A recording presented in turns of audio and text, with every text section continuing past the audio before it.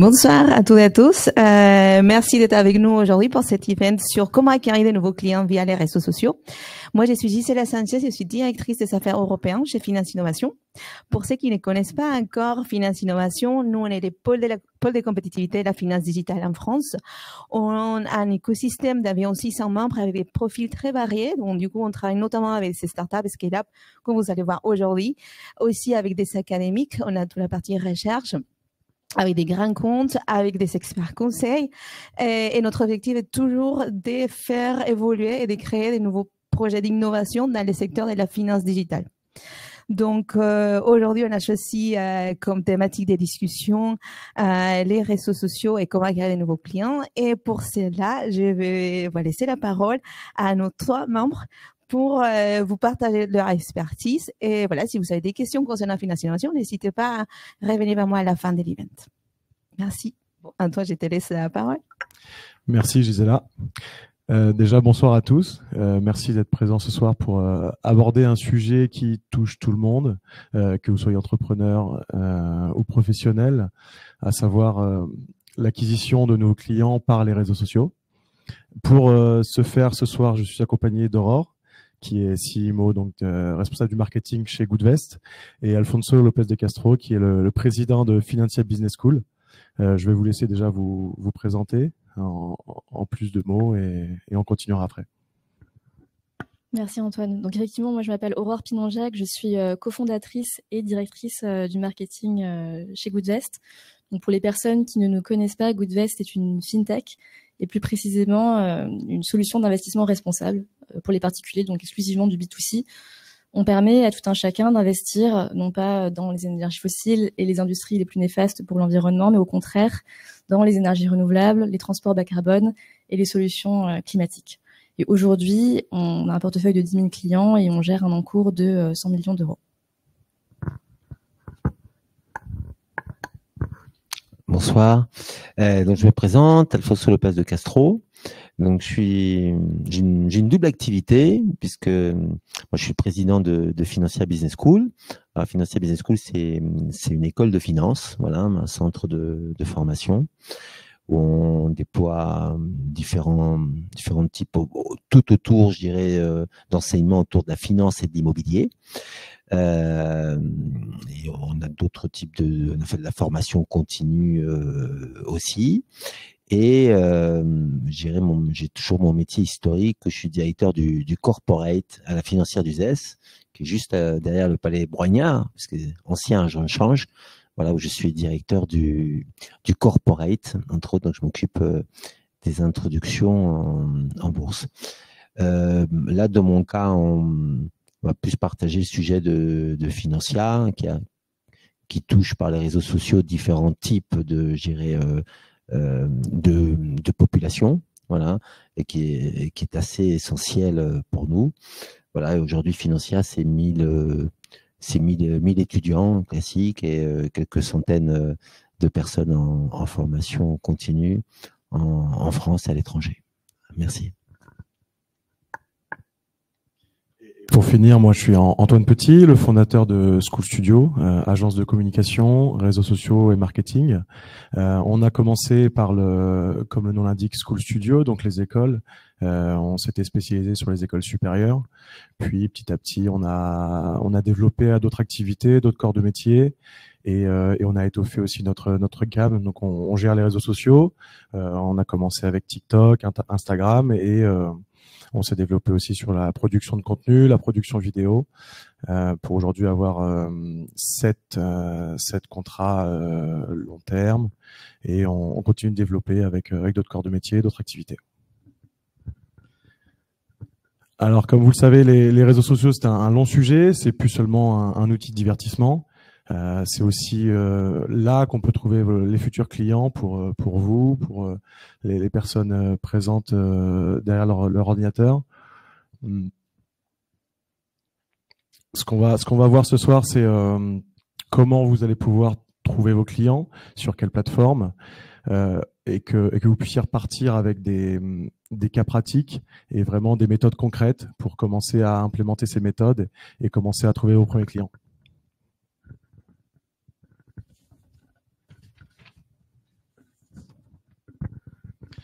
Donc aujourd'hui, on va voir les plateformes sociales les plus utilisées. Donc vous allez les connaître sûrement. On parle d'Instagram, de Facebook, de Snapchat, TikTok et YouTube. Est-ce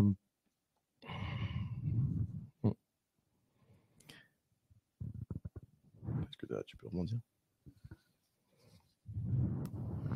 Effectivement, on va voir quelles sont les plateformes les plus prisées aujourd'hui. Et je pense que peut-être le message par lequel on peut commencer aujourd'hui, c'est au-delà du fait que ce sont des outils aujourd'hui pour aller chercher de nouveaux clients, il y a une question fondamentale à se poser avant toute chose. Je pense qu'Antoine et Alfonso, vous serez d'accord avec moi, c'est en définitive, quels sont les réseaux sociaux qui sont réellement utilisés par ma cible prioritaire.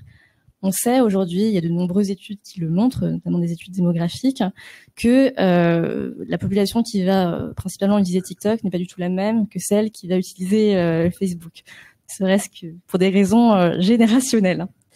Et moi, je peux par exemple parler de mon expérience chez Goodvest.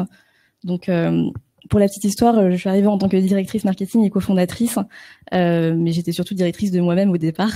Et donc, j'ai notamment géré les réseaux sociaux de Goodvest pendant un temps, accompagnée ensuite par des stagiaires et des alternants. Aujourd'hui, Goodvest, c'est 40 000 followers, 40 000 abonnés cross-plateforme. Donc, je rassemble là-dedans Instagram, LinkedIn et TikTok. Et si je dois synthétiser finalement un apprentissage de ces années d'utilisation des réseaux sociaux, c'est finalement que s'il y a une recette immuable qui ne change pas, il y a beaucoup de choses qui changent sur les réseaux sans arrêt, mais il y a une chose qui ne change pas, c'est l'importance d'être aligné avec ses valeurs de marque. C'est trop tentant aujourd'hui sur les réseaux de vouloir céder aux trends et de vouloir à tout prix faire du contenu dans un environnement hyper concurrentiel où nos utilisateurs sont sans arrêt inondés. C'est presque un tsunami de contenu aujourd'hui qu'on a sur les réseaux sociaux 24 heures sur 24. Ça peut être tentant de se dire, je vais suivre le mouvement et quelque part compromettre finalement mes valeurs et mon discours pour coller aux tendances. En définitive, pourquoi est-ce qu'on va sur les réseaux sociaux en tant que marque, en tant qu'entreprise? C'est pour créer une communauté avant d'aller chercher des clients. Et pour créer une communauté, il faut créer des rendez-vous, il faut savoir fédérer. Et ça, on arrive à le faire uniquement si on reste aligné avec ses valeurs de marque. Pour nous, pour Goodvest, par exemple, je vais illustrer mon propos. Ce que ça signifie, c'est que ce qu'on a remarqué, c'est que la communauté aime retrouver le good. On s'appelle Goodvest. Donc, ce que les personnes viennent chercher, ce sont des bonnes vibes, ce sont des bonnes nouvelles, ce sont des nouvelles positives sur l'environnement, puisque ce sont des personnes engagées. Ce sont aussi des personnes qui sont intéressées ou en tout cas curieuses par rapport à l'investissement. Donc, elles vont être intéressées par des contenus pédagogiques en lien avec l'investissement. Et ça, c'est deux piliers qui, depuis 3 ans, n'ont jamais changé. Il y a plein de choses qui ont changé, mais pas ça. Et ensuite, il y a un autre point qui, je pense, est assez intéressant et qui revient à ce que je disais au départ sur le est-ce que vous êtes au bon endroit pour votre bonne cible prioritaire. Et je vais raconter cette anecdote qui est intéressante, c'est que j'ai lancé le compte TikTok de Goodvest, je crois que c'était à l'été 2022, et on a rassemblé 12 000 followers sur TikTok en l'espace de 2 mois. Donc ça a été une croissance assez fulgurante. Résultats commerciaux quasi inexistant. donc c'est hyper intéressant en définitive parce que finalement je me suis presque fait avoir par cette idée de il faut absolument être sur TikTok, il faut faire des contenus viraux. Donc on l'a fait, on est allé sur TikTok, on a fait des contenus viraux qui ont fait des centaines de milliers de vues, on a réuni 12 000 followers en très peu de temps. Et en définitive, est-ce que tout ça en valait la peine? Peut-être pas, parce qu'on a réalisé que notre cible prioritaire n'était pas là. La démographie de TikTok nous le disait et on l'a confirmé via un audit client.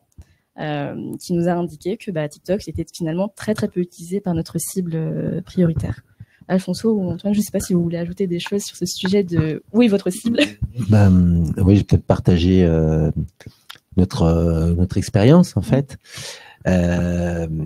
puisque comme étant une école, un centre de formation, on communique sur les réseaux sur des personnes excessivement variées et très différentes, puisque on communique auprès, des employeurs, puisque une école qui est essentiellement en alternance. Donc, nous, on est une école de finance, donc on communique beaucoup auprès des banques, des gestionnaires de patrimoine, toute une série de professionnels. Donc là, on utilise naturellement le réseau LinkedIn. Mais en fait, nous, ce qu'on s'est rendu compte, c'est que des fois, on a des clients, je dirais, si on peut appeler ça clients, mais qui utilisent différents réseaux, mais qui ont des attentes différentes du réseau et pas au même moment. Naturellement, si on mettait les posts de LinkedIn sur TikTok, on s'ennuierait un peu rapidement. Et si on mettait ce TikTok sur LinkedIn, néanmoins, nous, on peut avoir tout à fait un client qui est sur TikTok et sur LinkedIn et qui s'attend à une communication totalement différente et centrée. Donc, on a, lorsqu'on travaille avec des sociétés financières, souvent, ils vous googlisent et donc, naturellement, elles tombent sur les réseaux sociaux. Et donc, on a donc des professionnels, des RH, par exemple, on s'adresse à une clientèle de ressources humaines qui vont venir voir notre LinkedIn. Mais on a aussi des étudiants qui ont envie de voir le témoignage par exemple, des anciens étudiants, de vérifier à quel poste, entre autres, ils sont. Et donc, aujourd'hui, il n'y a pas quasiment un étudiant qui vient s'inscrire chez nous qui n'a pas fait une recherche sur LinkedIn, par exemple. Bon. Alors, si en plus, il tombe sur vous sur TikTok, on a filmé une soirée ou un événement sportif ou quelque chose d'un peu ludique et sympathique, bah, c'est un plus qui vient en fait complémenter une chaîne, je dirais, entre autres de médias. Nous, notre expérience, c'est que je sais que c'est difficile d'être bon sur tous les médias. C'est la difficulté parce que c'est beaucoup de moyens. En fait, c'est beaucoup de temps parce qu'en fait, il ne faut pas le même contenu, entre autres, même si c'est la même personne qui regarde. Et en plus, c'est vrai qu'il faut avoir des médias qui sont diffusés. Le souci, c'est qu'aujourd'hui, il nous paraît difficile d'obstruer un d'entre eux, en fait. En tout cas, dans notre activité à nous. Comme YouTube, par exemple, qu'on utilise comme chaîne, en fait, un peu comme un réservoir, une plateforme où on filme des masterclass, des professeurs dans l'enseignement. Donc, en fait, pour transférer une connaissance, entre autres, et un savoir, parce que là, on est sur un format de vidéo qui est naturellement beaucoup plus long. Donc, les réseaux, il y a des utilisations qui sont vraiment différentes d'un réseau à l'autre. Et puis, il y a aussi les tendances. On voit, par exemple, on travaille beaucoup sur Facebook.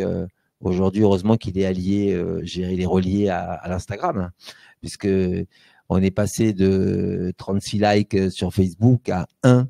Peut-être ma grand-mère qui était encore dessus ou quelque chose comme ça. Donc voilà, un Instagram qui est un réseau qui commence à avoir un certain temps aussi, où c'est difficile de percer, hein, qui est difficile. Et nous, on a beaucoup travaillé sur le TikTok parce que c'était plus facile, il était plus jeune, un peu moins de concurrence.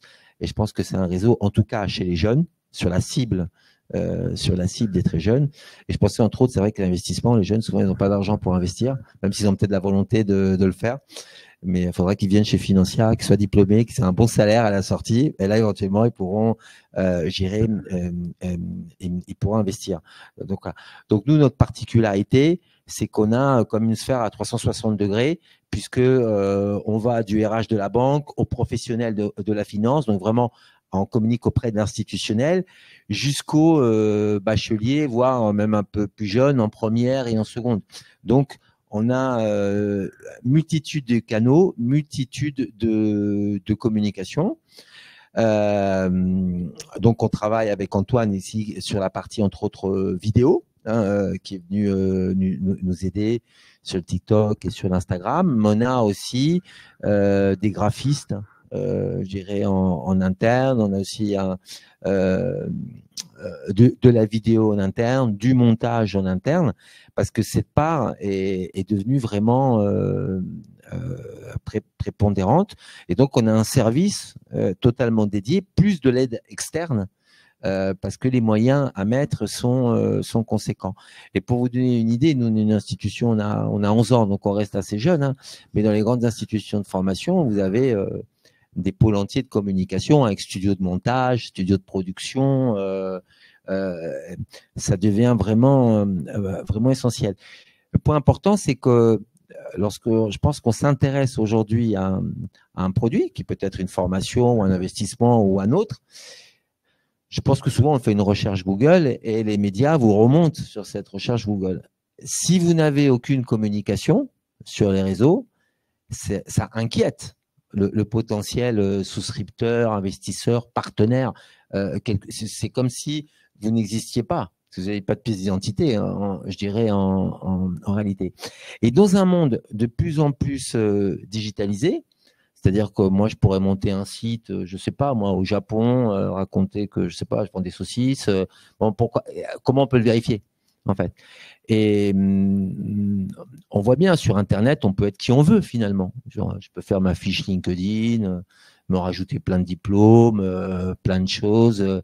On peut même, souvent, les photos, elles ne ressemblent pas trop. J'ai changé la mienne il n'y a pas longtemps parce que j'avais un petit peu vieilli. Mais même les photos, elles ne ressemblent pas toujours automatiquement. C'est-à-dire que on peut un peu modifier, et pour le client, ça c'est aussi.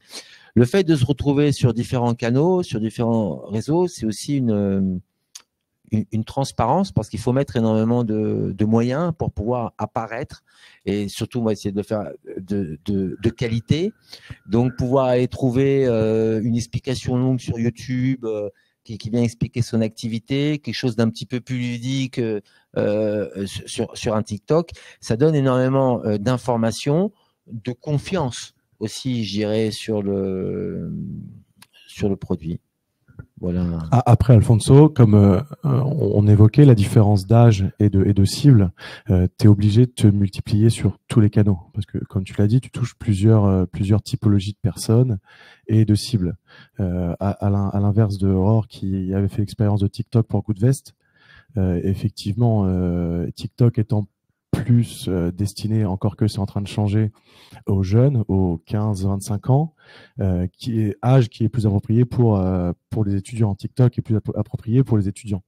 Donc, c'est là où tu as eu raison de très vite te positionner sur tous les créneaux, toutes les plateformes, afin de toucher le plus de personnes possible. Il y a autre chose que j'aimerais évoquer aussi, surtout de ton côté, Alfonso, c'est que tu n'as jamais eu peur de prendre le contre-pied, de faire du buzz, comme on dit, des choses, des posts un peu plus viraux pour pas choquer, mais alerter, engager, susciter des émotions chez les auditeurs sur les réseaux sociaux. Est-ce que tu peux m'en dire un peu plus sur la façon dont tu imagines un bon post, la façon dont tu imagines quelque chose que tu te dis, ouais, je suis fier de moi. Oui, alors, juste avant de répondre à ça, concernant les réseaux,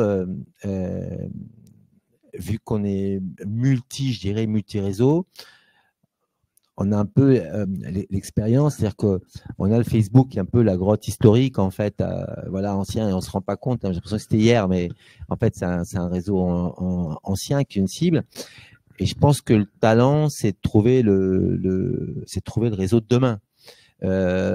Lorsque je crois que j'ai dû être à peu près la première école sur TikTok, en gros, on m'a dit non, mais nous, on fait pas de prostitution, je veux dire, il n'y a pas de danse, il n'y a pas bon, parce que la nouveauté, ça fait peur en réalité. Et du coup, aujourd'hui, on est les premières écoles, hein, je veux dire, en termes d'abonnés sur TikTok. Donc, arriver sur un réseau en premier, et je pense que le TikTok un jour sera ancien, en fait, et peut-être même assez rapidement, et il y aura sûrement un nouveau réseau. Et donc, pour tous ceux qui se lancent, le talent, c'est de trouver le bon réseau. En fait, le réseau, celui qui va pouvoir vous porter. Alors, pour faire ça, il ne faut pas avoir peur, parce que généralement, dès qu'il y a un nouveau réseau, il est un peu décrié, il a un petit peu peur. Concernant effectivement nous, on essaye en tout cas, c'est de faire des posts qui laissent pas indifférents, dans lesquels on peut débattre. Voilà. Alors sur LinkedIn, on va débattre avec des gens un peu intelligents. Sur TikTok, on va avoir des haters. Donc ça fait partie, partie du jeu. Mais en réalité, ça vous donne une image aussi de comment on peut vous voir. C'est-à-dire que la critique, ou même si c'est vraiment un hater, est toujours intéressante et vous apporte quelque chose. Parce que s'il a pensé ça, c'est qu'éventuellement, d'autres pourraient aussi le penser. Pourquoi ils l'ont pensé? Quelle réponse, entre autres, on peut quelle réponse on peut faire. Moi, je peux vous donner des exemples. Nous, on a interviewé des étudiants qui donnaient, je dirais, leur salaire de sortie, par exemple. Donc, nous, on savait qu'on a des très bons salaires en sortant de chez Financia, puisque c'est des enquêtes qui sont obligatoires, amenées aux différents types d'administration. Et on s'est rendu compte qu'en publiant les étudiants, certains disant tricheurs, menteurs, ce sont des acteurs. Ce n'est pas possible j'ai fait moi-même telle école, je gagne beaucoup moins. Comment c'est possible, tricheur, bon, bref. Et donc, bon, bah, du coup, ça nous donne des informations, ça nous positionne, ça permet aussi de répondre et de voir les gens, bah, que c'est pas des comédiens, pour aller sur LinkedIn, contacter et demander si c'est vrai. Et je pense qu'il faut pas avoir peur parce que la personne qui va lire, je dirais, lire les critiques, elle va pouvoir se faire, entre autres, aussi son opinion. Et je pense que ça ne sert pas à avoir quelque chose qui est une communication qui est totalement trop lisse, en fait. Ou style un peu avis Google, le jour au lendemain, on a 2000 avis Google, note 5, tout est parfait. Bon, ça, je pense que c'est un message qui est pas très bon pour le public. Et ben, dans un petit peu à contre-pied, je trouve qu'il ne faut pas avoir peur et ça c'est positif et ça vous permet en réalité de vous défendre ou de pouvoir entre autres vous expliquer. Moi je vous donne par exemple des histoires de rumeurs, votre diplôme n'est pas reconnu par l'État, donc là il y a 10 personnes qui disent vous êtes un escroc, voleur, mais c'est une honte, mon Dieu, et là vous mettez le lien du gouvernement où votre diplôme est reconnu par l'État. Bon, si vous communiquez, vous disiez mon diplôme est reconnu par l'État, on vous dit bah c'est normal. En fait, c'est le minimum quand même pour une école. Il n'y a pas de sujet. Si en fait vous communiquez, quelqu'un vient vous dire, pour prendre un contre-pied justement et vous explique que vous êtes un arnaqueur, ça vous donne la chance, je dirais, de pouvoir défendre votre produit lorsque vous êtes, je dirais, droit dans votre botte. Donc cette critique un peu stupide, et vous pouvez la retourner avec des dizaines de commentaires qui vont venir vous dire mais c'est n'importe quoi ce qu'on a dit, je dirais c'est incroyable. Donc je pense qu'il ne faut pas hésiter en tout cas à oser, et il faut que les gens quand ils aient une information intéressante. Si c'est pour moi constamment trop lisse, trop propre et quelque chose, il faut sortir un petit peu, bousculer un peu, sortir un petit peu des rangs. Et ça entame un débat. Après, ce qu'il faut, c'est naturellement suivre vos réseaux. Pour nous, c'est pas facile, parce qu'on est multicanal, il y en a partout. Et donc, répondre, en fait, et répondre intelligemment aussi, quoi. Hein, oui, je voulais même aller encore un peu plus loin, parce que tu parlais du fait de pas être trop lisse, du fait qu'il faut y ait des aspérités. Je vais aller encore plus loin, parce que c'est même devenu un concept. Il y a plein d'influenceurs, de créateurs de contenu qui surfent complètement là-dessus. C'est ce qu'on appelle si on pousse le concept jusqu'au bout, le rage baiting. Donc, littéralement, le hameçon, la trappe haine. Et donc, c'est le fait de sciemment, quand on crée et qu'on publie un contenu, attirer ou susciter la critique ou les questionnements.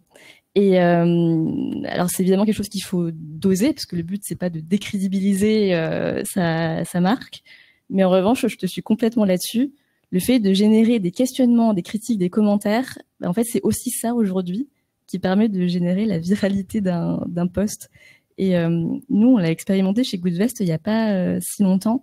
Donc, j'avais fait un réel sur une étude que je trouvais hyper intéressante, qui est une étude américaine qui disait que, en substance, plus un mariage coûte cher et plus il a de chances de finir en divorce. Donc déjà, le sujet de l'étude était passionnant. Et de manière involontaire, en fait, j'ai omis de parler de certains éléments de l'étude dans le TikTok. Et il y a plusieurs personnes qui n'ont pas pu s'empêcher de commenter en disant « Attention, corrélation n'est pas causalité ». Et ces personnes ont entièrement raison. Et je l'ai pas dit une seule fois dans le TikTok, je l'ai pas écrit dans la légende non plus. Et en fait, le fait d'avoir omis cette information et d'avoir laissé la fenêtre ouverte finalement aux critiques et aux questionnements, ça a permis à cette vidéo de générer plus de 100 000 vues en très très peu de temps. Donc voilà, juste une illustration de rage baiting. Mais effectivement, les algorithmes se ressemblent beaucoup, et plus le post va susciter des commentaires, des reposts, des repartages. Tiens, j'ai vu ça, c'est marrant, je te l'envoie. Notamment l'échange de réel aujourd'hui, qui est l'échange de réel de TikTok, est devenu très important chez les jeunes et moins jeunes. Ça va susciter plus de vues, ça va augmenter le reach de chaque vidéo, et c'est comme ça que les algorithmes fonctionnent. Je voulais savoir, Aurore, quels sont les KPI que vous regardez pour un bon post?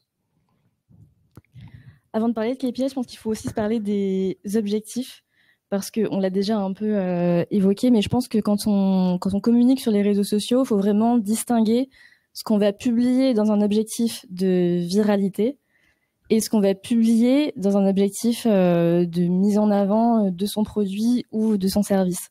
Et je pense que pour la plupart des comptes, on essaie tous de trouver un équilibre entre les deux, pour à la fois profiter des tendances et en même temps rester fidèle à qui on est et ce qu'on propose. Et du coup, en fonction de cette typologie de post, on va pas regarder la même chose.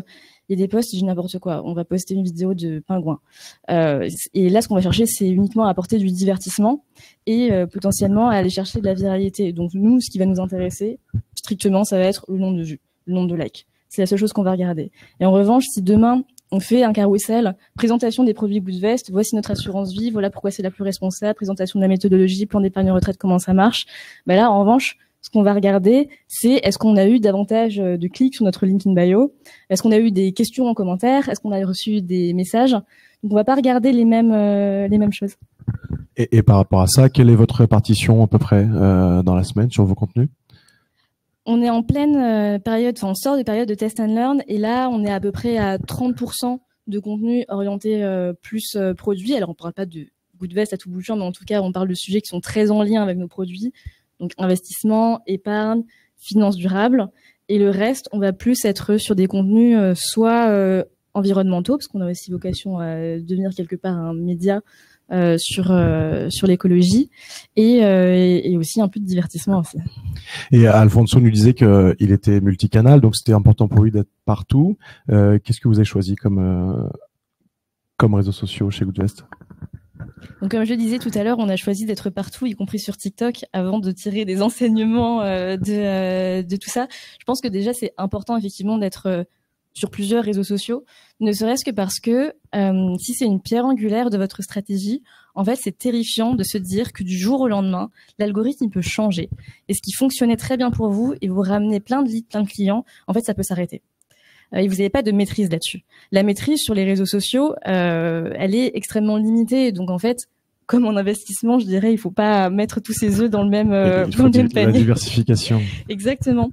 Donc nous aujourd'hui, on est principalement sur LinkedIn et Instagram. Sur TikTok, on continue d'alimenter le compte parce que je pense qu'il est possible qu'un jour notre site prioritaire peut-être vienne à utiliser TikTok. Mais bien nous en a pris d'être présent sur ces différents réseaux parce que, pour vous citer un autre exemple, la page business de Goodvest a très très bien fonctionné et a généré beaucoup de leads, notamment au lancement commercial, donc en 2021. Et puis, au fil des mois et au fil des années, on a perçu vraiment un shift dans la manière dont l'algorithme mettait en avant nos contenus. Et aujourd'hui, il favorise beaucoup plus les contenus postés par l'équipe fondatrice. La page business ne vit finalement plus que très peu pour l'algorithme. Et ensuite, la raison pour laquelle on a choisi l'autre réseau social, qui est donc Instagram, c'est que tout simplement en termes de tranche d'âge, c'était tout à fait approprié pour nous. Et d'autre part, on a validé cette théorie en faisant un audit client et en s'interrogeant sur leurs réseaux sociaux préférés. Et Instagram arrivait en tête de liste. Et donc, tu nous dis que LinkedIn favorise plutôt les pages des fondateurs, des personnes travaillant dans l'entreprise, plutôt que la page du business. Est-ce que tu pourrais nous donner quelques points sur comment utiliser convenablement LinkedIn? Pour utiliser convenablement LinkedIn, bon, déjà, je pense que les pages business sont pas forcément vouées à mourir. Je pense que c'est important d'avoir cette présence dans tous les cas, parce que comme tu le disais, Alfonso, si tu n'y es pas, ben en fait, tu n'existes pas. Puis c'est essentiel, ne serait-ce que pour avoir des communications corporate. Et ensuite, pour parler des pages individuelles, donc de l'équipe fondatrice ou de membres clés de l'entreprise, aujourd'hui, il faut considérer qu'il y a quand même énormément de bruit sur LinkedIn, comme sur tous les réseaux sociaux d'ailleurs. Il y a énormément de contenu et tout ça s'est amplifié, on n'en a pas encore parlé, par l'intelligence artificielle qui peut rédiger de très très bons posts LinkedIn.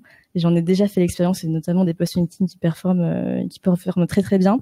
Donc je pense que l'important c'est d'avoir, comme pour une page de marque, finalement une charte éditoriale personnelle. Quels sont mes sujets de prédilection, où est-ce que je suis pertinent, où est-ce que je suis pertinente. Et c'est important d'avoir de la régularité. Bon, je suis un très mauvais exemple parce que j'ai beaucoup de mal à être régulière, mais à côté de ça, pas faire de remplissage non plus, parce qu'il y a tellement de contenu aujourd'hui sur LinkedIn que si tu fais du remplissage, en fait, avec un contenu tu passes aux oubliettes, et le temps qui a passé, aussi petit soit-il, t'aurais mieux fait de le consacrer à autre chose. Donc, faut vraiment se demander qu'est-ce que j'apporte, en fait, quelle est ma légitimité, et est-ce que j'apporte vraiment de la valeur aux personnes qui vont me lire. Bien sûr. Un des points à retenir, c'est que sur les réseaux sociaux, c'est la régularité qui prime, l'intensité, la régularité, et on se fait un calendrier éditorial et on s'y tient le plus possible. Alfonso, vous le faites en interne, vous, le LinkedIn, c'est important pour vous? Oui, alors sur LinkedIn, effectivement, il faut différencier la page personnelle et la page business. Et effectivement. Tu publies à titre personnel aussi? Ouais. En fait, je me considère comme un produit en réalité, puisque j'ai moi-même plus d'abonnés que ma page business, qui, ayant plus de 1000 étudiants et des centaines de formateurs et des RH, devrait avoir un nombre de connexions beaucoup plus importante. Je pense que les gens sont un peu fatigués des communications des institutions et ils ont envie d'écouter la communication d'une personne, en fait, à laquelle vous pouvez éventuellement vous identifier, vous remarquer, quoi que ce soit. Et donc, moi, j'ai pris… à une époque, j'écrivais des articles, mais ça prenait beaucoup de temps. Et finalement, il n'y avait pas tant de connexion que ça. Et depuis un peu plus d'un an, en fait, je me suis dit, bon, il faut que je publie plus rapidement, plus souvent et mieux. Et en fait, ce que je fais, c'est que je fais une recherche d'articles journalistiques dans mon domaine, en fait, qui m'intéresse. Donc, souvent autour de l'éducation, autour de l'inclusion, autour de l'égalité des chances. Bon, dès qu'il y a une loi sur le sujet qui passe, ou quoi, quelqu'un qui donne un intérêt à peu près à mon public. Et donc, je commente entre 5 et 10 lignes au maximum, en fait, cet article, en donnant un peu mon opinion, ou des fois en appuyant ce que déjà dit l'article, mais en soulignant un peu plus fort juste une idée. Donc, en fait, comme une espèce de résumé rapide avec un peu mon point de vue. Et alors ça, j'ai remarqué, il y a beaucoup de likes, mais encore, j'ai énormément de demandes, puisqu'en fait, le système d'IA va envoyer à ceux qui ont un peu votre centre d'intérêt vos commentaires d'articles. Et moi, je m'abstrais à en faire un par semaine. Donc, j'ai remarqué aussi, c'est en fait un par mois, en fait, c'est pas suffisant. Vous êtes un peu noyé. Et je vois bien qu'en faisant un par semaine, il va en fait bien vous distribuer à votre cible, parce que du coup, j'ai plein de gens qui ne sont pas automatiquement ni des étudiants, mais qui sont intéressés par ce secteur. Ça peut être celui de la finance, ça peut être celui effectivement de la formation, d'autres types de secteurs. Voilà, et ça marche beaucoup mieux que la page institutionnelle. En gros, on va dire que on ne fait pas toujours confiance à une institution, mais on peut faire confiance à son patron. Parce que c'est une personne physique, en fait. Donc, vous avez quelqu'un qui a eu un parcours, qui a fait des choses, qui est en train de faire des choses. Et c'est lui qui donne aussi un petit peu soit l'image ou l'énergie, entre autres, de l'entreprise. Même si naturellement, on travaille en équipe, hein, et sans équipe, il n'y a pas d'entreprise. Ça, c'est clair. et j'arrête pas de souligner l'importance d'avoir une équipe. Néanmoins, il y en a un qui donne l'image, en fait. Voilà, et une responsabilité aussi. Et le patron, c'est celui qu'on félicite pardon, quand ça fonctionne bien. Et c'est celui qu'on explique qui est nul quand ça marche, quand ça marche mal. Et je pense que les gens, ils ont envie, en tout cas, d'avoir dans ce monde très digitalisé, une relation en fait avec une personne, et que l'institution reste un peu quelque chose, un peu d'illusoire, entre autres, voilà, comme le digital, on ne connaît pas, voilà. Mais la personne, elle existe, elle. C'est pas une entité morale, entre autres. Donc, il faut soigner. En tout cas, moi qui, du coup, pour essayer de comprendre un peu de manière très humble, passer beaucoup de temps sur les réseaux sociaux. Prenez le cas, par exemple, de la plupart des fintechs. Hein. On connaît quasiment des fois plus l'entrepreneur que finalement, je ne me rappelle plus ce qu'il faisait. C'est un moyen de paiement ou bon, on ne sait plus trop vraiment. Ah, par contre, on médiatise énormément. Il y a pour les fintechs, bref, il y a une envie, il y a les startups, les fintechs, des levées de fonds, Station F, bref, toutes ces choses. Et regardez bien, on communique plus sur les personnes, en fait, que quasiment, je dirais, le produit qui vient presque en annexe derrière. Donc, moi, le conseil que je veux donner, c'est alors si en plus vous avez d'autres personnes dans l'équipe qui ont un potentiel d'écrire et autres, je pense que ça c'est vraiment bénéfique, voire même essayer d'inciter, je dirais, vos collaborateurs, parce que écrire c'est pas une démarche toujours évidente, parce qu'on se dit mais qui va me lire, j'intéresse qui, bon voilà, c'est moi ça m'a pris un certain temps. Voilà, mais effectivement, j'imagine que les pages institutionnelles d'entreprise sont bien soignées et travaillées, mais ne pas oublier le côté humain. C'est ça où je veux en venir, c'est que dans cette digitalisation, il faut être à distance, être qui on veut, il faut rajouter un côté humain. Et donc, je pense qu'on doit donner de sa personne pour représenter une marque ou une idée ou une volonté. Et c'est pas vrai uniquement pour LinkedIn. Les gens ont besoin de se retrouver avec des visages humains, avec avoir l'énergie, sentir les choses, voir ce qui se passe derrière. C'est aussi pour ça que les posts un peu moins bien faits, un peu moins lisses, les posts un peu plus naturels ont tendance à avoir aussi plus de portée et plus d'encouragement et plus de reach par les réseaux sociaux. Vous faites attention à ça, vous, Aurore, chez Goodvest?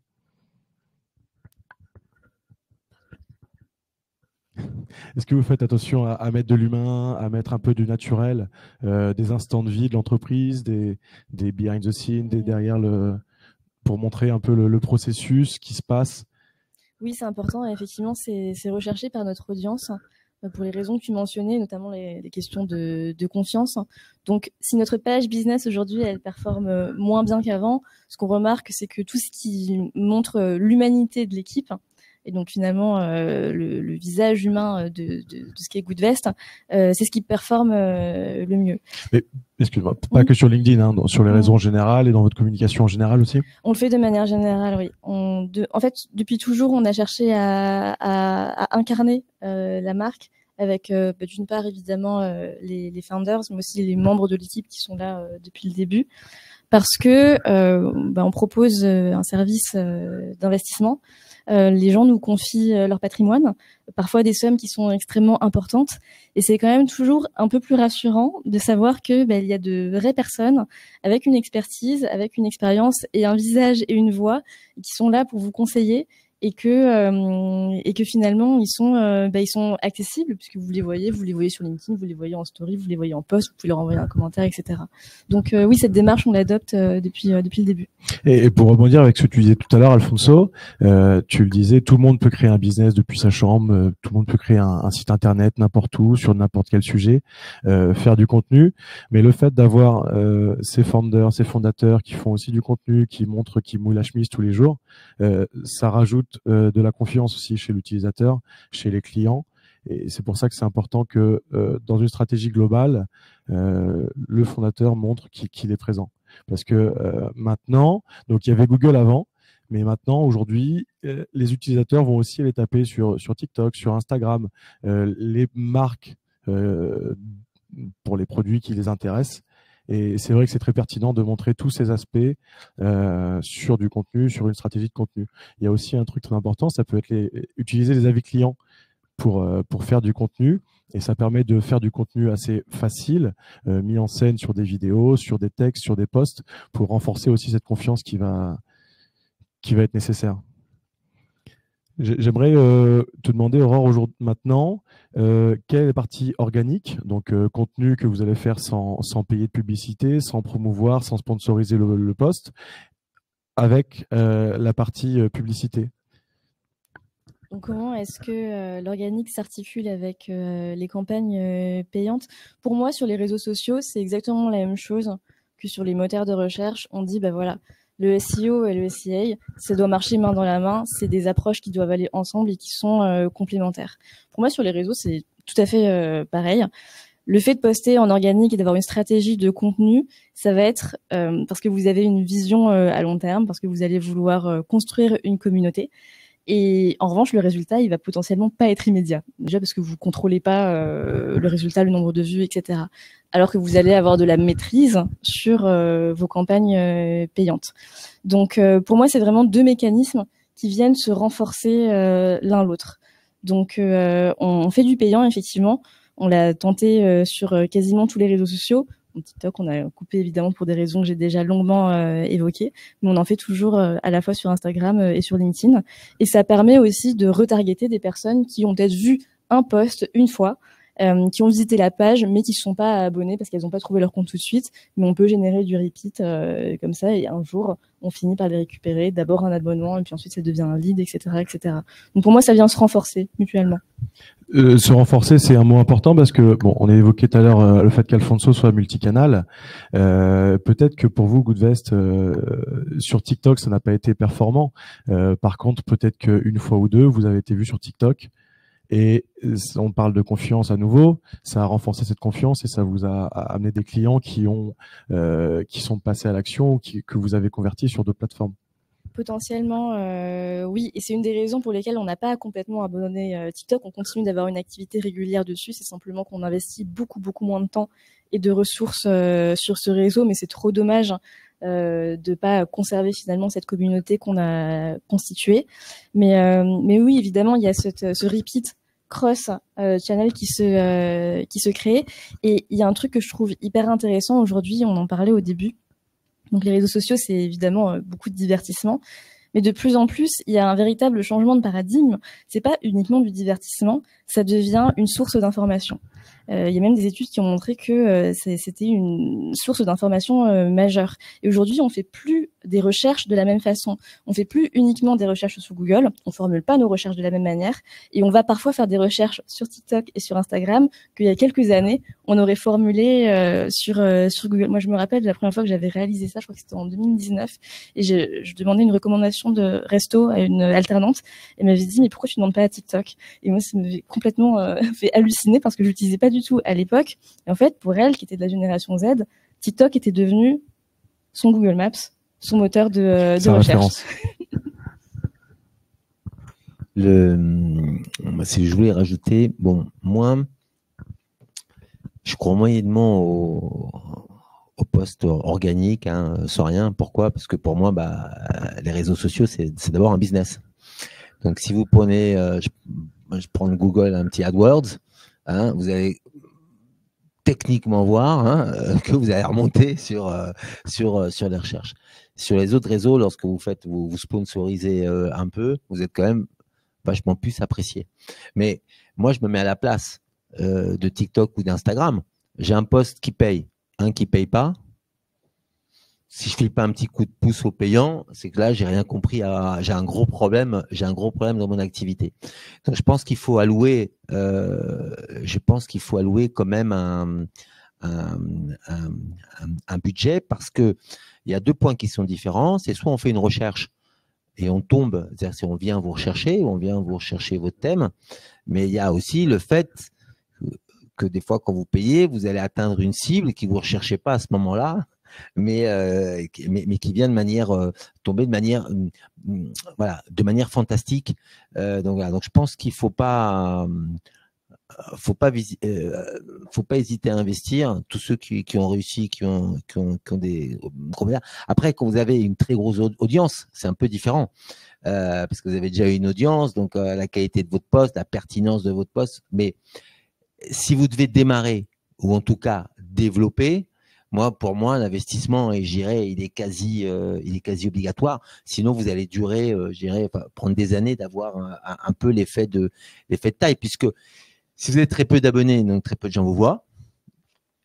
Donc en fait, l'IA fonctionne pas. Et c'est pas la même gestion qu'un compte énorme, par exemple, où de manière naturelle, en fait, vous allez avoir un nombre de visiteurs. Donc là, c'est vraiment que la qualité du contenu. Donc au début, comme tout, il faut donner, je dirais, un petit coup de pouce, en fait, hein, pour votre un petit coup de pouce pour votre développement. Je ne sais pas si Google, on peut l'appeler réseaux sociaux, parce que bon, on publie pas, mais tout est lié quand même, parce que même si les recherches, elles sont aujourd'hui différentes, et je pense peut-être à un réseau encore plus jeune que TikTok, ou j'irais d'un Snapchat qui cible vraiment, parce qu'il y a toute une partie de la population qui l'utilise pas quand même. C'est quand même très ciblé. Pour moi, un réseau plus compliqué, en fait, peut-être générationnel. L'avantage de TikTok, c'est sa simplicité, en réalité. Mais il y a sûrement des choses à faire, entre autres. Mais pour moi, tout est lié, parce que lors de votre recherche Google, vous tombez souvent, il vous ramène, il vient chercher vos réseaux sociaux, entre autres. Donc, pour moi, il y a tout un lien. Et pour tout vous dire, nous, on a un budget assez conséquent sur les AdWords de Google, qui pour moi, on est une hégémonie quand même. Je fais des tests, hein, je coupe et je les remets. et je veux dire, et c'est assez incroyable. En tout cas, nous, dans notre secteur, c'est sûrement le Google un des meilleurs investissements. Mais il fonctionne bien parce on traite bien tous les autres réseaux sociaux qui nous aident aussi dans le moteur de recherche, et qui Google va aider, entre autres, les réseaux sociaux. Donc aujourd'hui, vous pouvez pas, à part sur certains secteurs ou autres, mais en tout cas, c'est difficile de pas y être.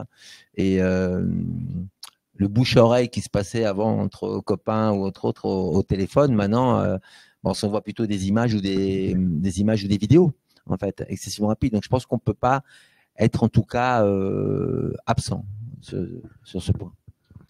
C'est clair. Et tu parlais de débuter tout à l'heure. Si on devait donner les débuts d'une stratégie, notamment, on va garder un seul réseau social pour garder ça simple. Si on devait garder une stratégie pour une entreprise ou quelqu'un qui veut se développer sur Instagram, est-ce que tu as quelques tips, tu peux nous donner les débuts de la création de contenu sur Instagram, sur le contenu organique? Est-ce que tu peux nous aiguiller dessus, Aurore, s'il te plaît? Je peux donner quelques tips, mais bon, faut savoir que les réseaux sociaux, ça change tout le temps, évidemment. Donc, la clé, ça va toujours rester l'agilité et la flexibilité. Mais si on part vraiment de zéro, entre guillemets, bon, comme je l'ai dit tout à l'heure, la question numéro 1 à se poser, c'est est-ce que je suis au bon endroit? Est-ce que je suis là où ma cible prioritaire va passer du temps, va faire des recherches, va s'informer et va chercher à se divertir? Et ensuite, il faut s'interroger sur l'objectif. C'est quoi l'objectif de ma présence, si on prend l'exemple d'Instagram, sur Instagram? Est-ce que je suis là pour créer un média de marque? Est-ce que ce média, ça va être une pierre angulaire de ma stratégie d'acquisition, ou est-ce que ça va juste être un support qui va s'inscrire sur une stratégie multicanale beaucoup plus large? Sachant qu'aujourd'hui, et c'est pour ça que je trouve que c'est intéressant que tu parles de Google et de AdWords, Alfonso. Aujourd'hui, on a plutôt tendance à penser que les réseaux sociaux, c'est super pour l'awareness et c'est super pour la notoriété.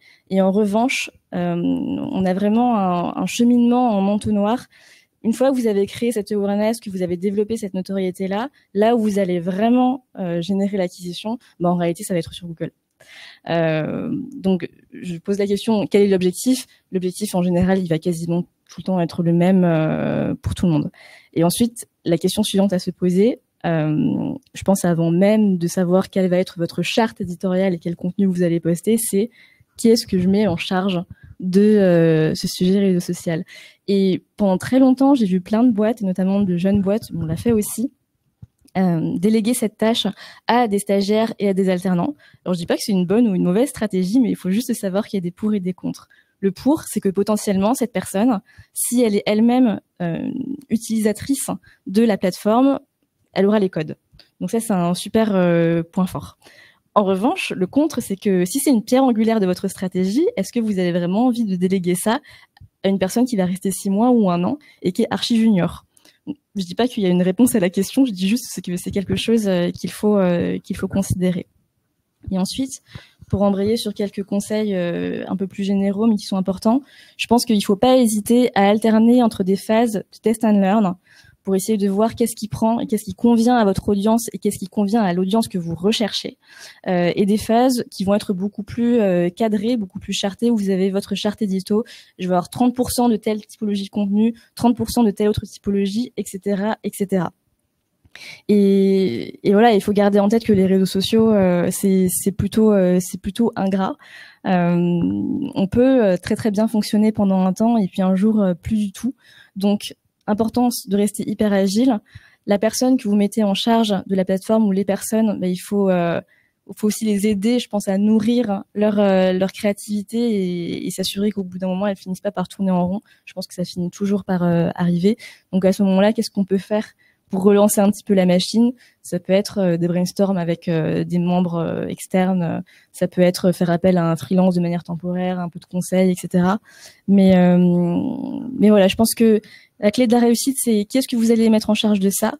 Et ensuite, au-delà du fait que cette personne, elle doit avoir les codes, même si elle va pas incarner forcément physiquement votre marque ou votre business, il doit y avoir une adhésion, je dirais, totale finalement, avec la vision de l'entreprise. Parce que si c'est vraiment une vitrine pour vous, c'est trop important. Et justement, Alfonso, quelle est ta vision, toi, sur l'équipe qui doit s'occuper des réseaux sociaux? Comment tu l'as imaginé? Comment tu le fais jour après jour? Voilà, j'arrive. Alors nous, donc moi je partage 100% ce que tu viens de dire. Et donc nous, ce qu'on fait, c'est que on fait travailler une équipe. Comme ça, s'il y en a un qui part, parce qu'on peut avoir aussi un salarié qui part, hein, ça arrive. Bon, rarement chez nous, mais ça peut arriver. Le fait de travailler en équipe, c'est le fait de perdre une personne, on ne perd pas l'historique, en fait, le savoir-faire, qui sont des points, qui sont des points importants. Après, la réussite, c'est effectivement une collaboration en interne avec tous les autres départements qui viennent donner des idées, parce que quand on est créateur de contenu, automatiquement, on ne fait pas autre chose, on n'est pas dans l'entreprise, donc il faut une communication interne à ça. Et il est vrai qu'au bout d'un moment, on parle de création, donc on peut être un peu moins inspiré, comme la page blanche, hein, quand on écrit, donc c'est ici. Et donc nous, entre autres, on a Antoine qui est ici présent, qui vient nous amener en fait force de proposition, des idées, une autre vision, mais on intègre aussi des stagiaires, voire même des alternants, parce que le stagiaire reste 6 mois, l'alternant il peut rester 2 ans, donc c'est pas mal, qui ont un profil plus jeune et qui viennent nous apporter une autre vision. Et en fait, ils viennent nous apporter un complément par rapport à ce qu'on fait. On a fait un test il n'y a pas longtemps et d'ailleurs, voilà, on a eu des postes qui étaient peut-être pas trop dans la cible, justement peut-être trop jeunes en fait, qui sont voulus trop la volonté d'aller démarcher, je dirais, démarcher un public. Donc, je pense même si c'est compliqué, c'est très cher un salarié, mais d'essayer de faire collaborer de monter une équipe en fait en réalité. Et de toute façon, il y a tellement de réseaux sociaux qu'une seule personne, ça fait vraiment beaucoup de travail. Et chaque réseau social, il faut une vision, je dirais, verticale de lui. Donc, c'est difficile qu'une personne puisse gérer tout ça. Donc, qu'elle puisse être accompagnée d'un stagiaire, d'un collaborateur qui va peut-être… nous, on a par exemple… Des collaborateurs qui vont se consacrer, qui ont une autre activité et qui vont se consacrer un quart de son temps, par exemple, je dirais, au réseau. Ça, le point fort, c'est qu'ils connaissent bien l'entreprise, les process, entre autres les méthodes. Et des gens qui ont un appétit, je dirais, pour les réseaux sociaux, que même on a le cas de certaines personnes qui font du montage de posts, hein, vraiment de qualité, mais dans lequel il n'y a pas des besoins pour faire un poste, je veux dire, un salarié complet sur ce sujet. Et donc, du coup, on peut amener sur des fois des fonctions internes un peu récurrentes, difficiles, une bouche d'air en disant, voilà, 10%, 20%, 25% de ton temps, ça pourra être les réseaux sociaux, par exemple, une journée par semaine. Donc, voilà. Et là, on est sur le sur-mesure de la gestion, je dirais, du salarié, et on arrive à répondre à des questions, comment agrandir mon service sans augmenter mes charges, comment motiver mon personnel, comment aller chercher l'information. Et l'idée, c'est de monter, je dirais, des équipes, je dirais, des équipes mixtes.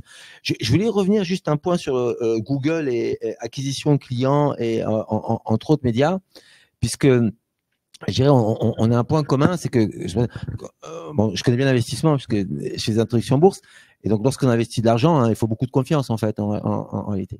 Mais en même temps, il faut se faire connaître. Donc si c'est un petit peu barbant, à l'époque on faisait des publicités dans les Échos, bon voilà, bon maintenant il n'y a plus personne qui achète ça, hein, donc voilà. Et donc il faut se faire connaître, et en même temps il faut acquérir le client. Et nous pour l'école, c'est exactement pareil, c'est-à-dire qu'il faut faire connaître l'école. Donc ça, c'est super sympa pour faire des choses ludiques, mais personne n'a envie, en fait, de s'inscrire dans une formation où c'est la bamboula tous les soirs, en fait. C'est-à-dire, il en faut, mais pas tout le temps. Est-ce que le diplôme est reconnu?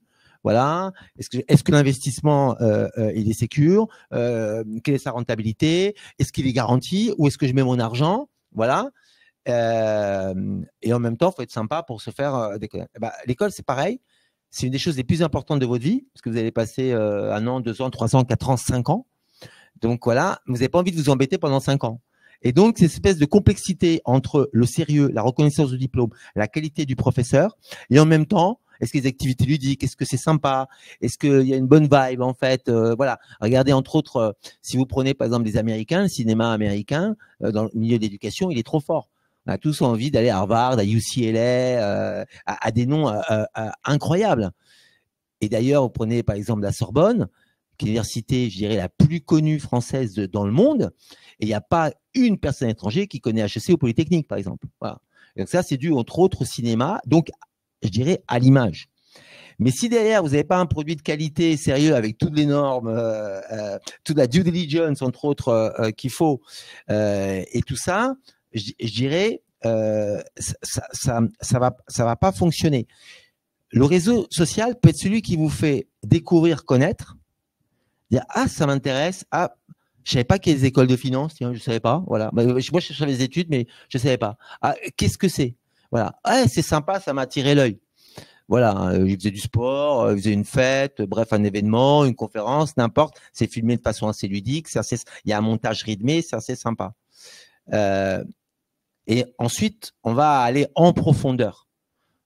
Voilà. Et donc souvent le réseau social permet de communiquer, de vous faire connaître, puisqu'en fait, si on prend un TikTok, on a beaucoup d'infos. Ça va vite, en fait. Sur Google, c'est lent. C'est ça. Mais vous allez sur Google une fois, en fait, qu'on vous a fait découvrir, ou entre autres sur Instagram, où on est peut-être un petit, je veux dire un petit peu plus lent, mais on passe quand même entre autres des images. Et l'idée, c'est de donner envie d'aller s'arrêter et d'aller sur la grande Bible, je sais pas comment on peut appeler ça, de Google, où là, finalement, on est dans une position, effectivement, d'acquéreur. L'AdWords vous aide à mieux vous retrouver sur Google parce que vous avez vos concurrents aussi. Donc, ça serait dommage que vous ayez sur un réseau social où on vous découvre, on dit par exemple, je vais chercher financement éthique, et puis finalement, on aille chez un concurrent ou finalement, une école de finance, bon, moins bonne que la nôtre, mais une autre école de finance parce que elle a très bien communiqué par son site institutionnel, par son positionnement. Quoi. Donc, en réalité, c'est une chaîne à 360 degrés. Aujourd'hui, dans le digital, vous pouvez pas vous dire, ah ouais, je suis mauvais dans les avis Google. bon, de toute façon, c'est pas grave. Voilà. Parce que de toute façon, votre réseau social, il va vous amener vers lui. Ou être absent, je dirais, des réseaux sociaux. Et un autre point, c'est que c'est vrai que moi, personnellement, lorsque je vois une publicité, je la zappe tout de suite. Alors, comment je reconnais que c'est une pub? Généralement, c'est super bien filmé. Donc, ça, c'est une caméra de cinéma, quoi. Je veux dire, Hollywood. La lumière, elle est incroyable. C'est super. Et donc, ils vont vous vendre quelque chose. Donc, moi, je passe direct, en fait, parce que ça ne m'intéresse pas. Donc, voilà. Néanmoins, entre ça et je prends mon téléphone un peu à l'arrache, tordu, la lumière, elle est pourrie, il y a quand même un monde. Donc, le post naturel, c'est sympa. Sur LinkedIn, on peut faire une photo peut-être pas très bien cadrée. Ce qui compte, c'est l'important des gens. Voilà, c'est une vraie photo du coup. Hein, voilà, elle a été prise instantanée. Et TikTok, les Instagram, il y a quelque chose d'un petit peu, ludique. Donc moi, j'invite quand même à varier, entre autres. Mais nous, par exemple, on a fait l'acquisition, je dirais, entre autres, de micros de qualité, de micro-cravates. Parce que bon, un poste où on n'entend pas bien, bon, c'est quand même terrible. Donc, on peut le faire de manière simple, mais professionnalisante quand même. Je veux dire, on peut trouver un style décontracté, mais la technique est importante. Si on ne voit pas, je veux dire, c'est quand même terrible. Donc, on a des lumières, on a toutes ces lampes, on a quasiment un studio de production amovible. Et l'idée, c'est de donner une idée de simplicité, de spontanéité. Et ce qui est le cas, mais on peut le faire en disant, par exemple, en faisant une interview sans donner les questions pour vraiment avoir la spontanéité. Mais il faut investir, je dirais, dans la qualité, entre autres du film. Et moi, je suis un grand observateur et donc je vois Antoine qui peut venir, par exemple, avec un téléphone. Son simple iPhone, il le sort pour un petit micro-cravate quand même pour la qualité du son. Mais il peut venir aussi avec du matériel, de la caméra de pointe amovible qui va donner de l'image très forte. Et puis, surtout, le point pour moi qui est important, c'est à la fin le montage. C'est-à-dire que c'est bien d'avoir des vidéos, c'est bien d'avoir des photos, mais si vous voulez faire un peu du réel, il y a du mouvement, il faut automatiquement du montage. Le montage, c'est du temps. Le temps, c'est de l'argent. Et ça, c'est une qualité. Il faut comprendre comment le montre, quel est le message qu'on veut dire. Où est-ce que je veux en venir, c'est que aujourd'hui, les réseaux sociaux, voilà, c'est essentiel. Et même si certains vous paraîtront amateurs, je pense qu'il y a énormément de professionnalisme. Pour réussir, il y a énormément de professionnalisme derrière. Et pour se professionnaliser, il faut de l'investissement. Voilà. Donc, se dire, je monte ma start-up, je monte mon business, je développe ma boîte. Bon, en tout cas, l'Insta, moi, j'adore, je connais, je me filme moi-même, ou j'ai une cousine qui voulait faire du marketing. Donc, je vais lui donner, et puis j'apprendrai en stagiaire, et puis ça va bien se passer. Je pense qu'il y a peu de cas comme ça. Peut-être au début d'un réseau, c'est assez facile, mais aujourd'hui, en fait, c'est un point c'est un point de professionnalisation. Sans compter qu'on parlait un petit peu de KPI, mais il y a la diffusion, la longueur, le jour où vous publiez, la récurrence de jour où vous publiez, et toutes ces données qui à un moment étaient importantes varient régulièrement. Sinon, ça serait un peu trop facile. C'est-à-dire qu'en gros, à partir du moment où vous trouvez sur une bonne tendance, où vous êtes en phase avec l'IA, ça va être trop facile parce que leur but à eux, c'est vous sponsoriser vos contenus. Donc, ils vont changer les règles. Et le temps de changer les règles, vous allez prendre une petite claque, parce que et du coup, si quelqu'un qui publie tous les jours à la même heure, c'est comme un robot. À une époque, c'était quelque chose d'extrêmement positif parce que c'était quelque chose de très ponctuel. Aujourd'hui, c'est extrêmement facile de programmer une diffusion, en fait. Donc, le même temps de réel, le même contenu à la même heure, le même jour, aujourd'hui, c'est moins bon, en fait. Voilà. Et tout ça, ça change de manière régulière. Et ils sont très inventifs sur le point. Et pour dire, on a des objectifs, entre autres, c'est d'investir, puisque c'est leur business. Donc voilà. Donc, pour moi, par exemple, si j'ai un regret dans l'historique de la création de mon école, entre autres, au début, on a perdu beaucoup d'argent parce que centre de formation, vous prenez les travaux, vous prenez les professeurs, et après, les étudiants, ils viennent plus tard. Donc, d'abord, vous perdez. Et ben, j'aurais dû perdre encore plus d'argent, en réalité. Parce que j'aurais dû prendre des parts de marché plus vite et investir de manière plus importante. C'est-à-dire que je me suis dit, bon, je vais être modéré, je vais être tranquille, je vais être excessivement prudent. L'investissement est tout petit, on verra l'année prochaine, on développe un petit peu. Ouais, mais vous, votre concurrent, en fait, là, il vient nous prendre des parts de marché, ça va être difficile de revenir derrière, en réalité. Et je pense, si vous croyez à votre produit, une fois que vous avez fait vos séries de tests, c'est pas jeter l'argent par la fenêtre, tu as bien expliqué, c'est important de faire des tests, entre autres, tout ça. Si à un moment on sent qu'il est bien, ne pas hésiter à investir, parce qu'aujourd'hui, je vois pas comment une société peut se développer quasiment sans. Voilà, ça me paraît que ce soit les grosses sociétés ou les petites, j'irai, tout le monde est là. En fait, à l'époque, on parlait dans les boutiques, le pas de porte, entre autres, par rapport à votre emplacement. Voilà, c'était sur les Champs-Élysées, du côté où il y avait du soleil. En fait, c'était mieux. Bah, aujourd'hui, vos réseaux sociaux, ce qu'on peut appeler à l'époque, ça se fait plus trop, mais je dirais c'est le pas de porte, entre autres, de votre boutique, quel que soit le service que vous proposez. Donc, c'est stratégique et essentiel. Donc, il faut investir. D'accord avec ça, Aurore? Je suis effectivement d'accord avec ça, d'autant plus que à chaque fois qu'il y a un nouveau réseau social qui apparaît, c'est la tendance que je vois, c'est un peu la course à l'échalote. C'est-à-dire que quand TikTok a commencé à percer, les contenus n'avaient pas besoin d'être qualitatifs. C'était des gens dans leur chambre avec leur police, il suffisait de poster en fait. Et aujourd'hui sur TikTok, vous allez retrouver des contenus beaucoup plus léchés. De la même manière que quand Instagram est apparu, Instagram c'était le réseau de l'instantanéité, de la spontanéité. Et comme TikTok quelques années plus tard, aujourd'hui vous allez sur Instagram, en fait vous n'êtes plus sur Instagram, vous vous retrouvez avec des qualités de production qui sont professionnelles quasi 100% du temps. Donc aujourd'hui, à l'ère où les réseaux sociaux ont évolué comme ça, effectivement, je te suis, c'est important d'investir parce que c'est le niveau qui est attendu. Alors évidemment, il y a des exceptions, mais ça reste des exceptions. Il y a des niveaux d'exigence qu'il faut rencontrer, surtout que aujourd'hui, on est inondé de contenu. Si vous voulez tirer votre épingle du jeu, il faut répondre à ces standards et en même temps, plus que jamais, être clair, avoir des messages qui sont concis, avoir les bonnes accroches et avoir les codes qui évoluent sans arrêt.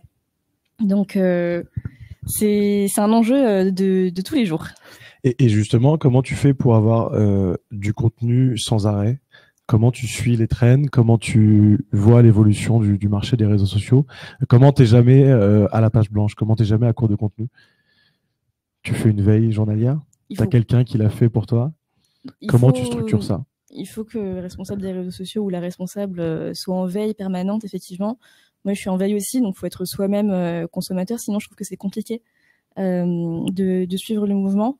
Nous, on adopte une approche où en fait on fait des réunions édito vraiment comme si on était un journal. À un moment, on faisait même tous les jours, on se réunissait un quart d'heure le matin, c'est quoi les sujets chauds du moment.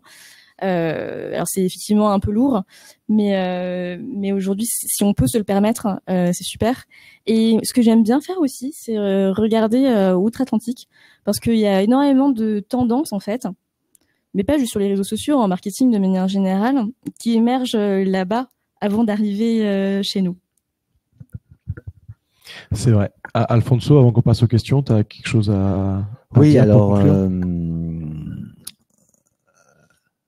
sur l'autre côté de l'Atlantique, les États-Unis, nous, on est super impressionnés.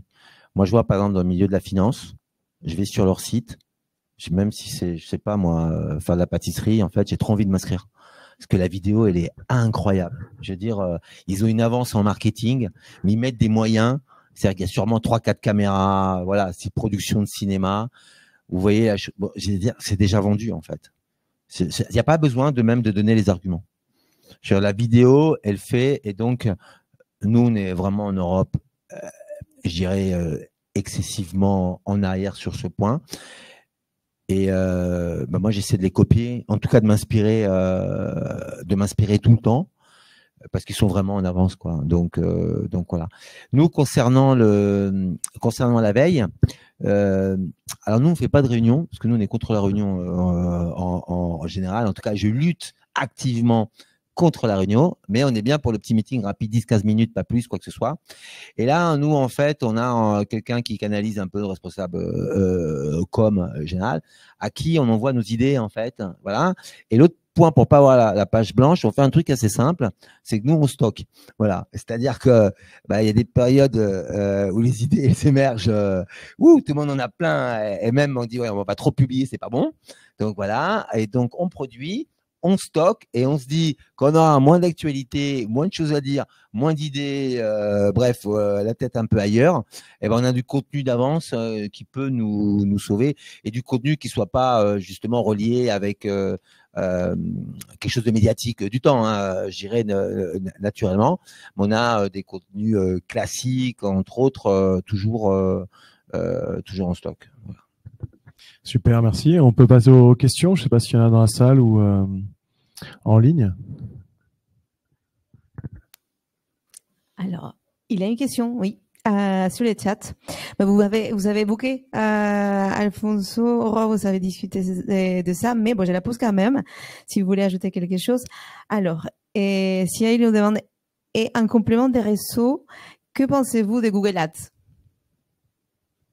Je ne sais pas si vous voulez rajouter quelque chose. Tu as quelque chose à rajouter, Alfonso? Google Ads, c'est AdWords. AdWords. C'est ce que tu évoquais tout à l'heure. Oui. Pour nous, c'est vraiment... Pour nous, c'est essentiel, en fait, en réalité. Nous, dans notre... finalement, trouver un étudiant, c'est l'idée comme transformer un client, en fait. Hein. Donc, dans notre industrie, on utilise énormément les leads. Il y a des sociétés qui nous vendent, entre autres, des leads, en fait, donc des données, entre autres. Mais après toutes nos études, vraiment, celui qui est imbattable, c'est Google Ads. Et on l'a comparé à faire des salons,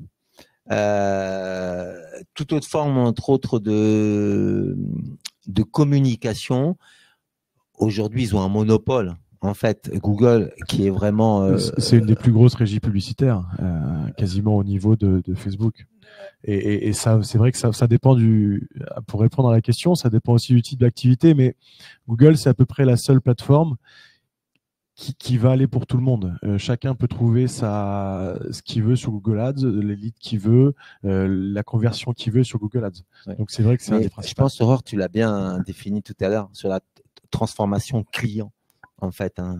Ouais, c'est effectivement AdWords, c'est essentiel, mais par contre, il faut que ça aille avec un travail sur le SEO.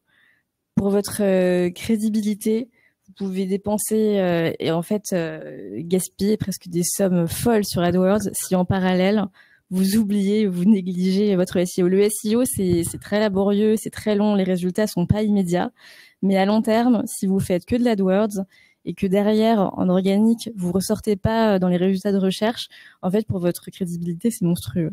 Donc oui, AdWords, c'est super, mais ça doit aller impérativement, enfin pour moi, hein, ouais. avec un travail sur le SEO. Et une petite anecdote. Donc nous, par exemple, lorsqu'on fait notre site web, il y a des graphistes entre autres, donc on veut qu'il y ait une expérience utilisateur, qu'il y ait des couleurs, qu'il soit, j'irais, sympa. Et on a une opposition avec notre informaticien et entre autres et le SEO. Et donc moi, je dis toujours que celui qui a l'avantage, dernier mot, c'est l'informaticien. J'irai avec son SEO. À quoi sert un site internet super beau que personne va les visiter, en fait.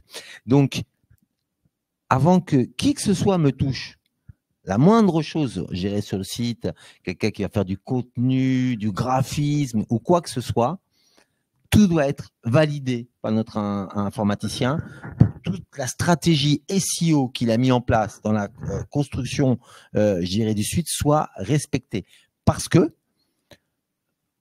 on a déjà vu cette page elle est plus actuelle, on l'efface, bam bam, bref, on l'a oublié, quoi que ce soit. Du coup, elle remonte sur Google et la page n'existe plus.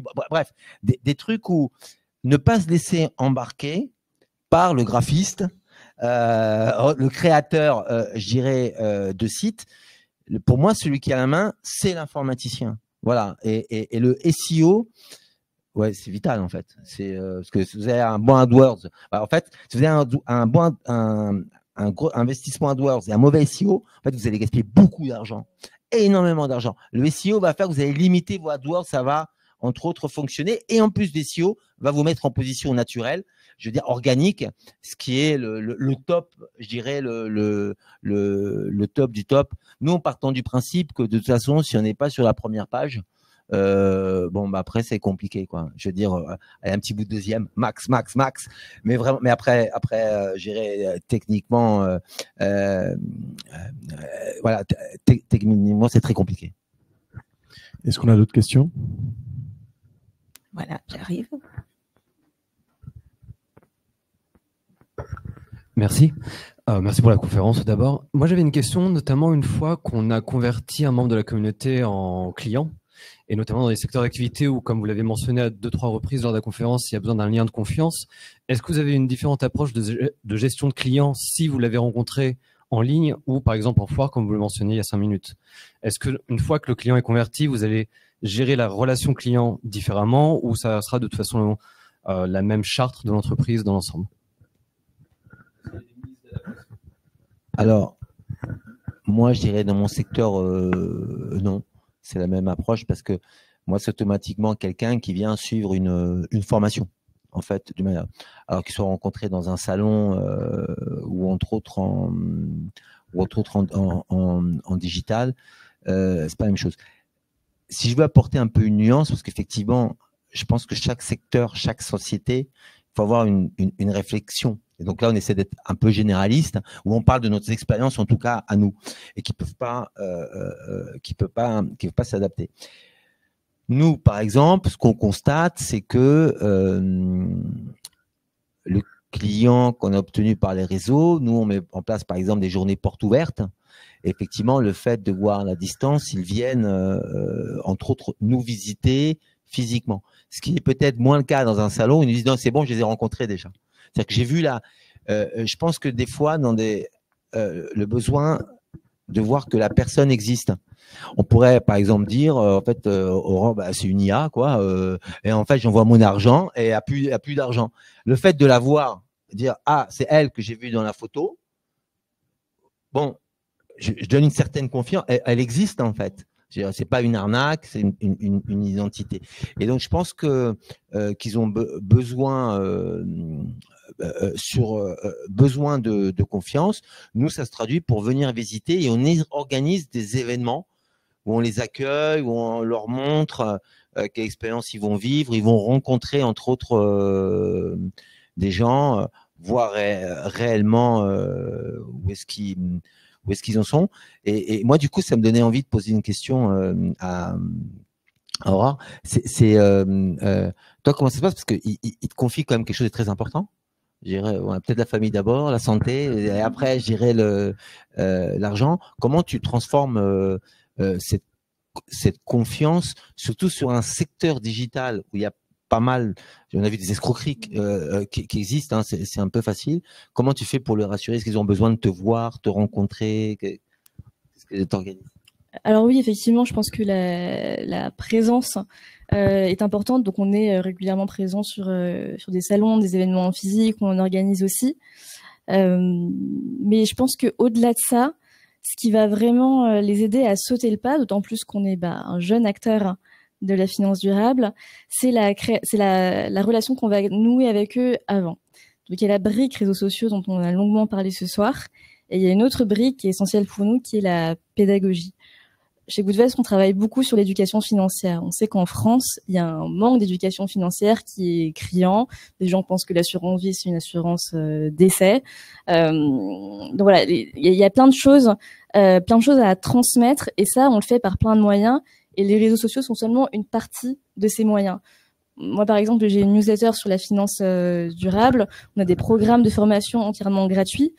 Et en fait, c'est des personnes qui vont s'inscrire à ces formations-là, avec lesquelles on va créer une vraie relation de confiance et qui vont peut-être pas investir tout de suite, parce que investir, effectivement, c'est un cheminement qui peut prendre un certain temps, mais parce qu'on aura été là à l'origine de ce cheminement, elles vont penser à nous, peut-être dans 1 mois, dans 2 mois, dans 3 mois, parce que c'est grâce à nous qu'elles auront compris c'est quoi la différence entre une action et une obligation, comment ça marche un fonds d'investissement, quels sont les avantages fiscaux de l'assurance vie. Et c'est parce qu'on leur aura transmis ce savoir que potentiellement, on va être top of mind le jour où elles seront prêtes. Super. Est-ce qu'on a d'autres questions? Oui, j'arrive. Merci. C'est quoi la prochaine chose à étudier? On a parlé des modes, on a dit que Facebook aujourd'hui c'était moins une source de clients ou d'audience pour vous. Est-ce qu'il y en a une qu'on entrevoit et qui mérite d'être étudiée bientôt ou prochainement?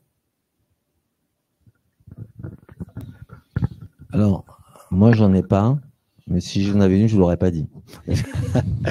Mais non, spécialement. On fichait des choses, mais qui ont déjà été faites, mais en tout cas qu'on n'avait pas fait sur. Je parle plus en termes de publicité, par exemple des Spotify, bref, toute une série de sortir sur d'autres choses. On a même essayé la TNT, bref, les replays, bref, plein de termes de communication qui n'ont pas connu un grand succès. Mais je crois que finalement, ce qui fonctionne, c'est le travail. Et je pense entre autres à la formation, entre autres. Vous savez, ici même, la Bourse de Paris, historiquement, a créé une école qui s'appelle, alors qui existe toujours, mais qui ne appartient plus, parce que le NICE a racheté Euronext, qui s'appelle l'école de la Bourse. Et l'école de la Bourse, c'était une école gratuite. Alors, en fait, c'était une formation qui allait à l'époque, il y avait des bourses en province. Alors, vous êtes tous trop jeunes, même moi, presque moi, j'ai pas connu. Il y avait des bourses en province, et donc cette école formait gratuitement. Vous venez ici et vous faisiez un petit peu ce que vous faites aujourd'hui. Qu'est-ce que c'est une action? Comment on ouvre un compte titre? Qu'est-ce que c'est un PEA? Qu'est-ce que c'est une petite valeur? Quels sont les différents compartiments de bourse? Et donc, cette école gratuite, elle fonctionnait dans le fait que les gens, ils allaient acheter ensuite naturellement des actions ou, je dirais, entre autres, des produits financiers. Et donc, finalement, c'est vieux comme le monde, mais des fois, on l'oublie de revenir à la simplicité. C'est-à-dire que souvent, on se dit, ouais, je dois être novateur, en fait. Donc, je vais aller chercher le nouveau site. Bon, en même temps, s'il est tout nouveau et personne n'est dessus, bon, ça ne sert à pas à grand-chose. Donc, il faut avoir le bon timing. Et des fois, venir juste, en fait, à des choses simples, en fait, à la base. La formation, c'est une façon de rencontrer ses futurs clients, en réalité. Donc, on donne quelque chose. Hein, en fait, c'est comme un investissement en espérant recevoir. Et tout ça, en fait, en gros, c'est du travail, je dirais. C'est du travail. Donc, c'est de la recherche. C'est de la recherche et c'est des tests aussi. C'est des tests continuels sur quel format va marcher pour mon audience, comment les toucher, comment passer mon message. Donc, faut sans arrêt tester. T'as un avis sur la prochaine plateforme? Il y a de nouvelles choses qui ont émergé, on n'en a même pas parlé, mais il y a Threads qui est sorti il y a un petit moment maintenant, il y a plein de marques qui sont lancées dessus. Je suis pas sûre que ce soit un vrai phénomène aujourd'hui, mais qui sait ce que l'avenir nous réserve. Et je voudrais nuancer presque la question finalement, Facebook est out, mais en fait, pas forcément, ça dépend de qui vous êtes et de ce que vous vendez. Aujourd'hui, moi, je vends des assurances vie donc à des jeunes. Donc effectivement, Facebook n'est pas l'endroit approprié. Je dis n'importe quoi, j'habite dans l'Essonne. Si j'avais une pizzeria dans l'Essonne, potentiellement Facebook serait une super bonne plateforme pour moi pour faire mon acquisition client. Et par contre, il y a une plateforme dont on n'a pas parlé non plus, qui se qualifie pas vraiment de réseau social, mais moi je crois très fort au potentiel de YouTube. Alors ça a toujours été là, évidemment, mais je pense que c'est une intuition et j'ai pas d'études pour étayer mon propos. Mais à l'heure où aujourd'hui, sur les réseaux sociaux, il y a un flux continu d'informations massif, notamment alimenté par l'intelligence artificielle. et du coup parfois avec moins d'originalité. Il y a potentiellement de plus en plus de personnes qui vont se tourner vers des formats, peut-être des formats plus longs en fait, avec la conviction que ça va leur apporter plus d'informations et plus de valeur. Donc moi, c'est une plateforme dans laquelle je vois encore beaucoup de potentiel. Alors justement, c'est très bien ce que tu as dit sur Facebook, parce que autant même si je trouve qu'il y a moins de vertu aujourd'hui en France sur mon secteur, mais ce qu'on peut voir, c'est qu'on n'en a pas parlé, mais qui dit digital dit aussi international, entre autres. Et nous, on a la chance d'avoir, par exemple, on a une formation en Algérie, des rares écoles françaises d'être là-bas. Vous voyez, sur ce type de pays, leur premier réseau, c'est Facebook, en fait. Et donc, au Maghreb et entre autres, dans les différents pays, Facebook a une importance en fait très forte. Ils ont gardé un leadership historique. Il n'y a pas eu ce vieillissement comme nous. Pourtant, ils ont Instagram, bon, pas toujours TikTok, mais ils ont entre autres Instagram. Donc, on n'est pas rentré dans le sujet, mais parce que c'est vrai qu'on vend plutôt à des Français l'assurance vie, rarement à des étrangers. Mais à réfléchir aussi, si vous avez un business international, des cibles de pays à d'autres, ce qui est vrai ici maintenant, et pas le cas peut-être de l'autre côté de la Méditerranée ou au Moyen-Orient ou à d'autres. Donc bien connaître sa cible, et si elle est internationale, c'est sûrement une stratégie différente. Il y avait une autre question, oui. Bonsoir à tous, donc merci pour votre intervention. Moi, j'avais une question qui est peut-être plus technique, c'est est-ce que vous avez des préconisations en termes d'outils à utiliser pour faire de la veille ou pour agréger les contenus ou autres? Voilà, c'est plus une question d'ordre technique là-dessus. Alors peut-être plus pour Antoine ou Orange, je sais pas, puisque tu diriges une agence. Ouais. Le premier outil, alors avant d'avoir un outil, c'est surtout l'humain quand même. Rien ne remplace quelqu'un qui voit toutes les tendances, qui voit tout ce qui se fait. Donc c'est la simplicité, l'humain, un petit document où on garde tout et on teste avec nos clients. Après effectivement, on avait parlé d'évoquer l'IA et des aides pour poster, pour créer. Mais en termes d'outils, ouais. Est-ce que tu as quelque chose à partager? Sur la partie reporting, il y a quand même beaucoup de choses qui sont natives aujourd'hui aux applications. Par exemple, sur Instagram, on a énormément de données qui sont disponibles. Nous, je sais qu'il n'y a pas longtemps, on avait testé un outil qui s'appelle Agorapulse et qui est très cher. Et on a tout de suite arrêté. Parce que on l'avait pris en se disant on va avoir une finesse d'analyse beaucoup plus importante, et en fait les données qui sortaient étaient complètement ubuesques. Donc on s'est demandé pourquoi continuer alors qu'on avait déjà tout un tas de données complètement exploitables, natives dans l'application. Et après, pour la création de contenu, alors j'ai évoqué plusieurs fois l'utilisation de l'IA. Pour moi, c'est beaucoup sur la partie rédaction. Donc de script, trouver des phrases d'accroche, etc. Et encore que, il faut avoir une bonne utilisation de l'intelligence artificielle parce qu'on peut très vite se retrouver avec des choses très très standards et du coup très très moyennes. Donc ça pour moi, ça relève de l'humain en fait. Est-ce que l'humain il est bien formé pour tirer le meilleur de ce que l'intelligence artificielle peut lui apporter?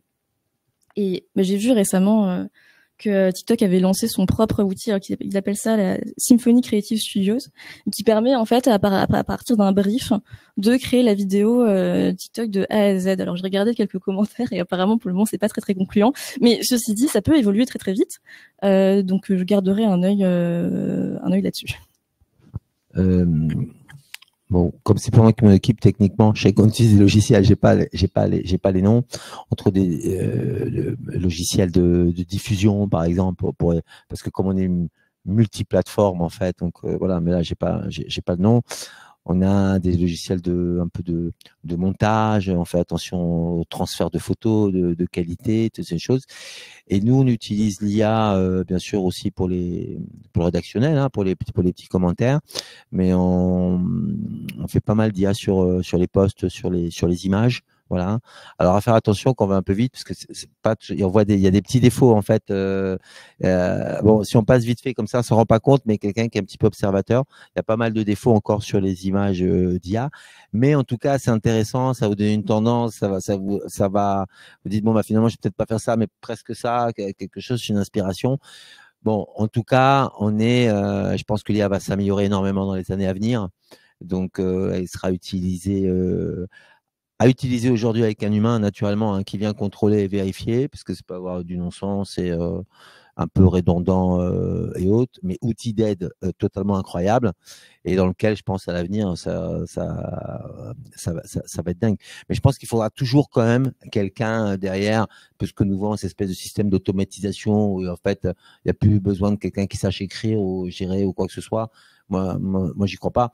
Je pense que la seule chose, c'est qu'il va pouvoir contrôler, vérifier des dizaines et des dizaines de postes, en fait, beaucoup plus rapidement. Mais on aura toujours besoin de quelqu'un qui a un sens du graphisme, et qui sait corriger une image, qui sait, entre autres, écrire. Est-ce qu'il y a une autre question? Non. Ouais, bon, super. Merci beaucoup, Aurore, Antoine, Alfonso, c'était super intéressant. Et voilà, je vous invite à passer au cocktail. Merci à vous.